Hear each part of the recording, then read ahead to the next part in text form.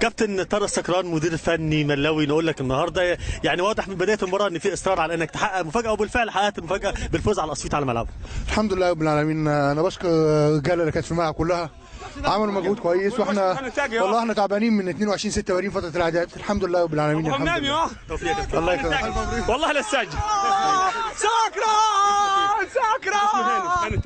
هاني تاي، نقول لك النهارده يعني اصرار من اللعيبه من بدايه المباراه، عايزين يحققوا حاجه، جايين النادي الاسيوطي يكسبوا هنا ويرجعوا بالثلاث نقاط، ولا كان تركيزكم ان انتوا ترجعوا ولو والله الحمد لله احنا تعبنا كتير قوي فتره الاعداد، شغالين من شهر 6، ربنا كرمنا الحمد لله وكسبنا النهارده. احنا عندنا لعيبه كويسه قوي وربنا كرمنا بالثلاثه بونت.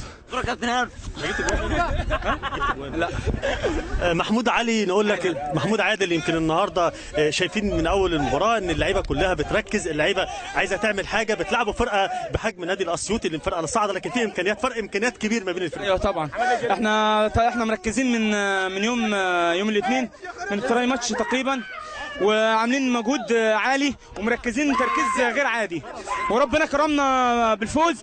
احنا كنا متوقعين ان احنا نكسب واحد نتعادل، بس اللهم لك الحمد ربنا حقق املنا يعني الحمد لله.